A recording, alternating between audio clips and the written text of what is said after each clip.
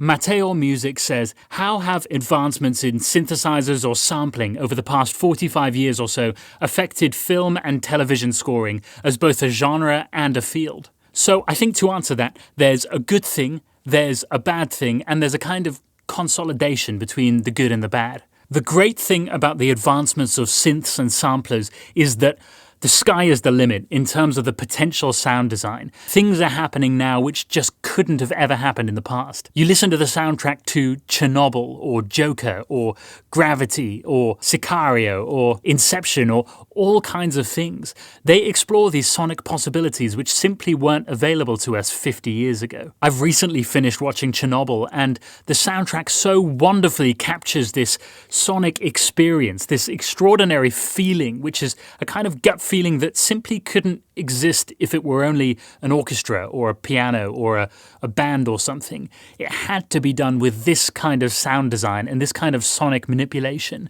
which can be done so effectively with technology. Also, the concept of sound design is awesome. The idea that the sonic capabilities are potentially endless, that whatever sound we can imagine, we might be able to design it. This means that we can build our own sound worlds that step away from the traditional orchestral model and into something that no one's ever done before. Having said that, there is definitely a problem, and to show you what I mean, I'll have to go to the computer. So let's say I'm in a creative flow. I have this great idea for an introduction. My name's Tchaikovsky and I'm writing my Fourth Symphony, and I want to put my idea down on paper, on Cubase is the modern day.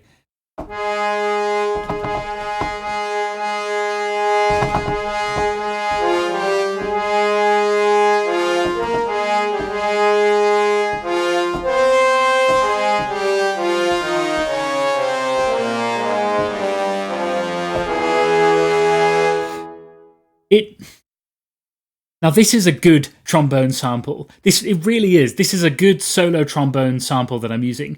And the thing is, it works very well for some things. But if you want to just plug in an idea straight away and move on to the next thing, the feedback you're getting when you hear this, the feedback you're getting immediately is, oh, that doesn't sound very good. And so I think even if you know that it's a good idea, subconsciously you might be tempted to say, no, that doesn't really work, let's do something else. Whereas in Tchaikovsky's day, he'd be writing on a pencil and paper, he'd have the idea and then he'd write it down and move on to the next thing. With this, we get this immediate feedback, and that causes us to say, I don't like that, or ooh, I like that, based purely on the quality of the sample and whether it works well in that context. Another example to use is with synths. You might have the most wonderful idea for a new sound that you want to write, but inevitably, when you start up your synth, the first thing you're going to hear is this. And so you have to turn that into something.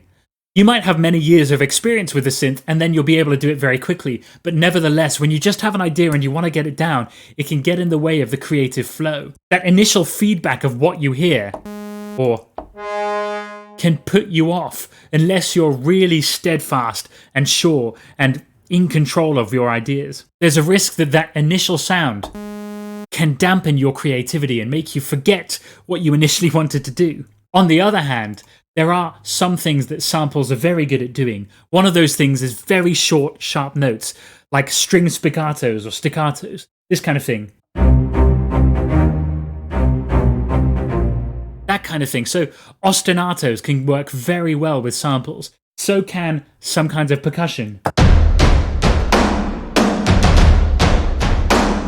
Can be very much easier to sample than long legato lines or complex lines. So that might be why a lot of more recent film and television music leans towards string ostinatos and heavier percussion, because those things sound immediately good in the mock-up. The feedback we hear when we play this, you immediately think, oh, that sounds pretty good, I like that idea. Whereas when you do,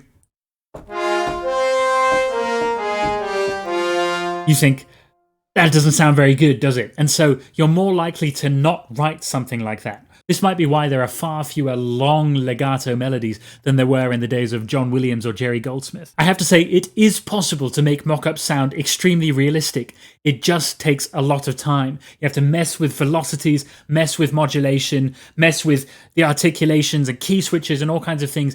It takes a lot of time of programming, and sometimes when you're in the creative flow, you just don't want to be interrupted with that kind of thing. And that's where sometimes pencil and paper can actually be a virtue, and the computer can actually be a curse. So, on the one hand, sound design has limitless potential. Whatever we can imagine, we can make. On the other hand, samples and synths and sound design has the potential to dampen our imagination. What we imagine, if it initially sounds awful, it interrupts the flow of our creativity. So how do we reconcile the limitless imagination with these interruptions to our creative flow? I think the answer, curiously, lies in software design. In terms of samples, the more playable a sample is, especially a legato sample, the easier it is to get into a creative flow without having to get worried about programming to make it sound good. Similarly, I wonder whether there's potential for new sound design software, which could somehow help you along with your flow without having to get stuck for 30 minutes twiddling with knobs and working out what certain things do. Of course, if you learn to use a synth really well, then the possibilities are potentially limitless. And yet I wonder if there's some kind of new software or design just waiting to be created, which can help us all to become more creatively fluent, let it flow out of us without having to stop every time you put in a note to twiddle with the knobs and change the sound. But then again, maybe that's just the reality of sound design, that to make the sounds you want, you've just got to put in a hell of a lot of time. But I want to know, how do you think that television and film scoring have been affected by the introduction of synths and sampling? Let me know in the comments what you think. If you enjoyed this video, then do subscribe, like, share it with your friends, and I'll see you very soon. Thank you for watching. Also, if you have any questions that you want me to answer, then let me know in the comments. Thank you for watching.